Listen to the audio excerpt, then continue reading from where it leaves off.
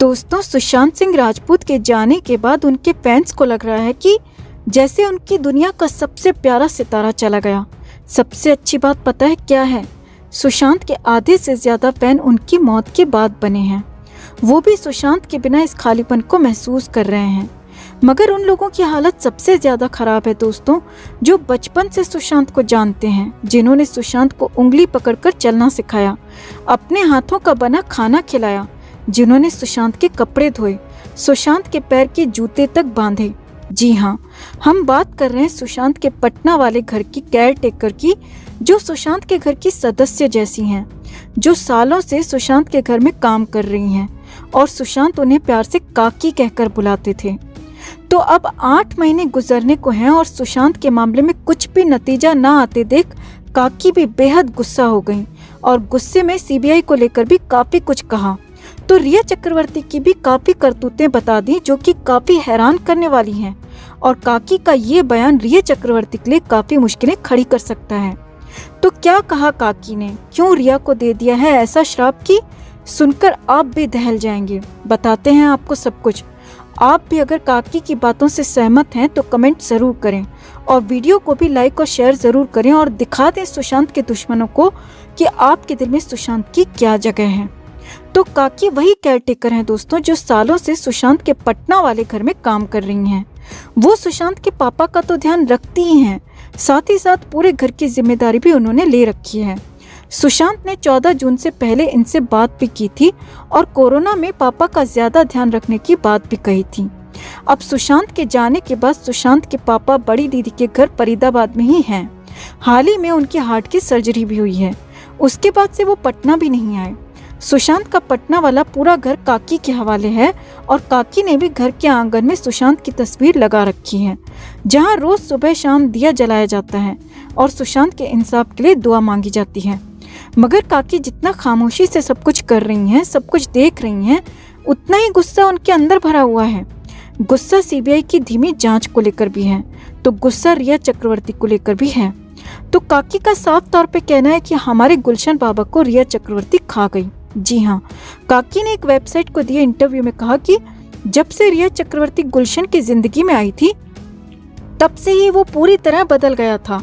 काकी का कहना है कि सुशांत रिया को कतई पसंद नहीं करता था, मगर पता नहीं क्यों वो उससे खुद को अलग नहीं कर पाया। काकी की माने तो रिया चक्रवर्ती ने कोई न कोई काला जादू कर सुशांत को अपने वश में कर रखा था। रिया को लेकर सुशांत के पापा अक्सर परेशान भी रहते थे। काकी की माने तो सुशांत के पापा को हमेशा सुशांत की ही फिक्र रहती थी, मगर रिया के आने के बाद तो मानो उनकी नींद ही उड़ गई थी। पहले तो वो कभी भी रात में दिन में सुशांत को फोन कर लिया करते थे, मगर रिया ने तो जैसे बातचीत पर ही बैन लगा दिया था। उसने सुशांत को पूरी तरह काबू में कर रखा था। यही नहीं दोस्तों, काकी ने आगे कहा, सुशांत के पापा ने एक बार पूछा भी था कि क्या वो इस बंगाली लड़की से शादी करने वाला है, तो सुशांत ने साफ मना कर दिया था। वो कहता था, मैं ऐसी लड़की से कभी शादी नहीं करूंगा। मगर पता नहीं फिर क्या हुआ और सुशांत ने रिया को क्यों नहीं छोड़ा। इतना कहते कहते काकी बुरी तरह रोने लगती हैं। फिर उनका गुस्सा सीबीआई की धीमी जांच पर भी निकल पड़ता है। यहाँ काकी कहती है कि 8 महीने हो गए, उस बच्चे को पता नहीं कब इंसाफ मिलेगा। काकी बुरी तरह रोते हुए बोली, जाने वाला तो चला गया, वो कभी लौटकर नहीं आएगा, मगर उसको इंसाफ तो मिलना ही चाहिए। उसके साथ क्या हुआ, किन लोगों ने उसे मारा, ये तो कम से कम पता चलना ही चाहिए। काकी ने बताया कि सुशांत के पापा बहुत बीमार रहने लगे हैं। बेटे का गम उन्हें अंदर ही अंदर खाए जा रहा है। उस पिता की खातिर ही सही, मगर सच को सामने आना ही चाहिए।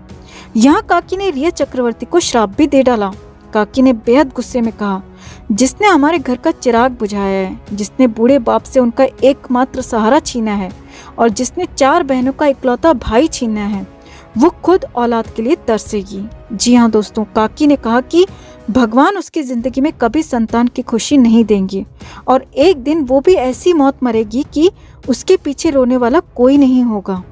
तो यहाँ काकी बेहद गुस्से में भी हैं, बेहद इमोशनल भी हैं और सुशांत के जाने का गम उनके चेहरे पर साफ साफ देखा जा सकता है। तो सुशांत सिंह राजपूत की जांच में जो निचोड़ अब तक आया है दोस्तों, वो ये है कि सीबीआई टीम जानती है कि सुशांत के साथ क्या हुआ था।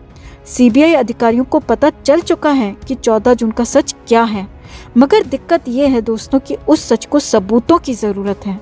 बिना सबूत सच को कोर्ट में साबित करना बेहद मुश्किल है दोस्तों। तो फिलहाल सीबीआई अधिकारियों को 4 ऐसे सवालों के जवाब चाहिए जो कि सुशांत केस के लिए अहम कड़ी साबित होंगे। तो हम आपको बारी बारी से वो चारों पॉइंट बताते हैं जिनका जवाब सीबीआई भी तलाश रही है। तो सीबीआई के सामने पहला यक्ष प्रश्न जो है वो रिया चक्रवर्ती से जुड़ा है। जी हाँ, रिया के व्हाट्सएप चैट के मुताबिक रिया सुशांत को चाय या जूस में ड्रग मिलाकर देती थी।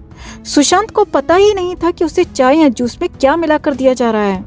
रिया जब 8 जून को सुशांत का घर छोड़कर गई थी तो ठीक उसके 7 दिन बाद सुशांत की मौत हो गई। तो सीबीआई के सामने सवाल ये है कि क्या सुशांत को धोखे से ड्रग देना सबसे बड़ा कारण है, क्योंकि 7 दिनों से ड्रग न मिल पाने की वजह से सुशांत ज्यादा डिप्रेशन में चले गए, जबकि सुशांत उस डिप्रेशन की वजह तक नहीं जानते थे।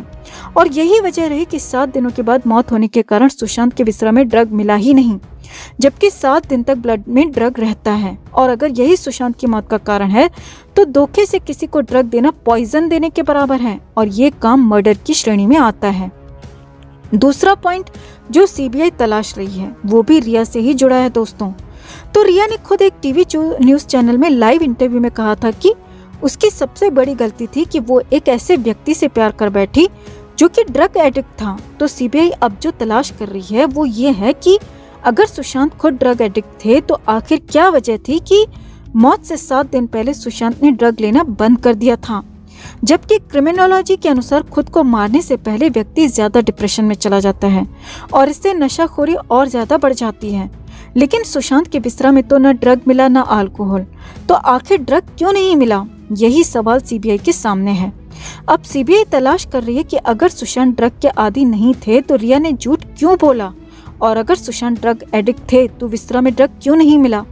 अब सवाल यहाँ ये भी है कि रिया झूठ बोल रही है या फिर बिस्तर ही नकली था। तीसरा और अहम सवाल ये है दोस्तों कि कोरोना काल में बिना कोविड टेस्ट किए पीएम करने पर सख्त मनाही थी।